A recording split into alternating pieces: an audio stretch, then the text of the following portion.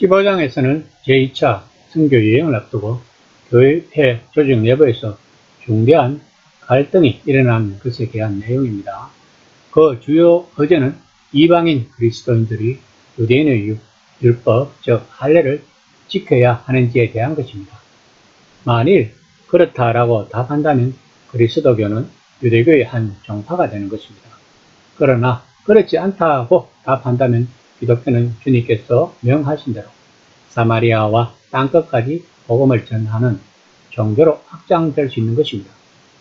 결국 이방인의 구원과 연관하여 바울 일행과 유대인 신자들 사이에 논쟁을 벌이게 되고 이로 말미암아 예루살렘 공의회가 소집이 되었다는 것입니다. 15장 1에서 2절입니다.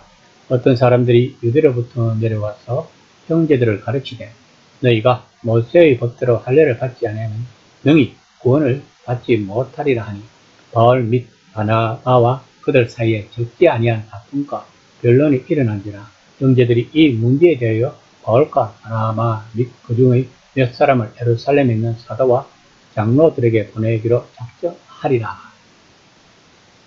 처음 예수 믿는 사람들은 거의 모두가 유대교를 믿는 사람들이었습니다.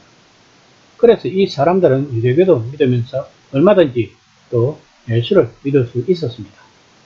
왜냐하면 이미 할례를 다 받은 상태에서 예수를 믿으면서 성령을 받았기 때문에 할례를 받지 않았는데도 성령을 받는다는 것은 전혀 생각도 해보지 않았던 것입니다. 이들에게는 모세의 율법도 지키고 예수도 믿는 일이 전혀 이상하지 않았습니다. 그러나 바울과 바나바가 이방인들에게 복음을 전하면서 할례 받는 것을 요구하지 않았던 것입니다. 그리고 또 모세의 율법도 지키도록 요구하지도 않았습니다. 오직 예수님이 하나님의 아들이시고 우리 죄를 대신해서 십자가에 못 박혀 죽으셨다는 것을 전했는데 이방인들은 그것을 믿고 성령을 받아서 예수 믿는 사람들이 되었습니다. 따라서 이 사람들은 예루살렘 신자들의 입장에서 보면 자신들과는 완전히 이질적인 사람들이었습니다. 그리하여 바울이 복음을 전한 갈랄리아 지역이나 안디옥에서 전통적인 유대교식 복음을 전하는 전도자가 출현하기 시작합니다. 이들은 예수만 믿어서는 안되고 먼저 할례를 받고 모세의 율법을 지킨 후에 예수를 믿어야 이것이 올바른 신앙이라고 가르치기 시작합니다. 결국 이 할례 문제로 인하여 바울 일행과 유대인 그리스도인들은 예루살렘 교회로 향하게 됩니다. 15장 4절에서 5절입니다. 예루살렘에 이르러 교회와 사도와 장로들에게 영접을 받고 하나님이 자기들과 함께 계셔 행하신 모든 일을 말하며 바리새파 중에 어떤 믿는 사람들이 일어나 말하되 이방인에게 할례를 행하고 모세의 율법을 지키라 명하는 것이 마땅하다 하니라. 할례는 중요합니다. 왜냐하면 모세가 그렇게 말했기 때문입니다. 사람들은 그 율법과 관습을 지키기 위해 죽기까지 했습니다. 그것은 하나님 백성의 정체성의 표지이며 언약의 표지라고 이들은 여겼기 때문입니다. 그러므로 할례파도 이해할 수 있습니다. 그러나 우리가 알아야 할 것은 15장은 단순히 전통대 혁신의 문제가 아니라는 것입니다. 15장은 11장에서 이미 확립된 원칙을 재주장하고 점검하는 것입니다. 이는 하나님이 예수님을 메시아로 보내심으로써 이스라엘과의 언약을 성취하셨기 때문에 이제 아무런 차별 없이 누구나 언약 가족이 될 수 있다는 것이 그 핵심입니다.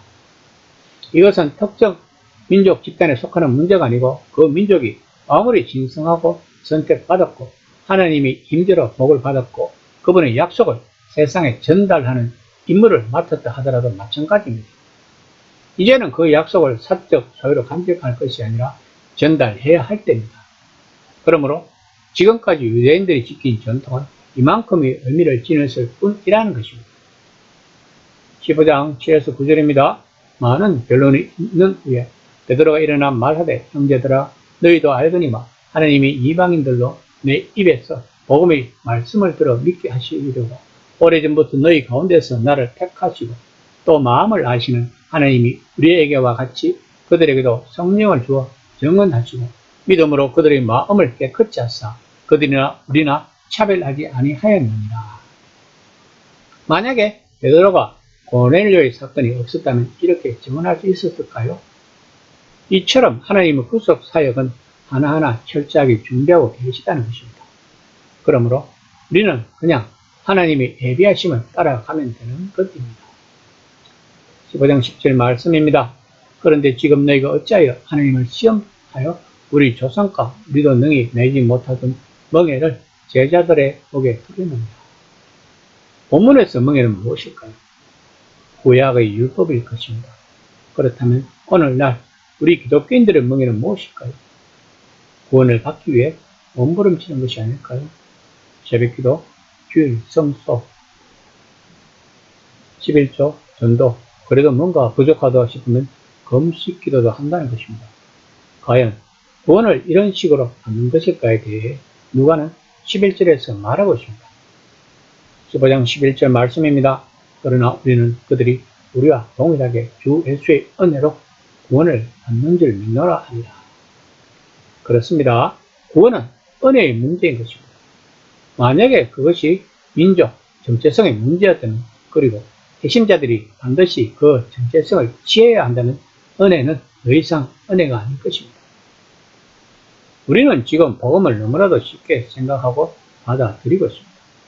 그러나 기독교의 2000년의 역사를 통해 보면 하나님의 은혜가 한순간도 멈추지 않았음을 알 수 있습니다.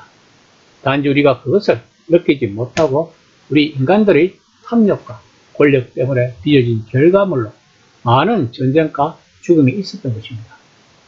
과연 우리들이 복음에 대해서 완벽하게 받아들인다면 이 세상은 어떤 세상이 될까요?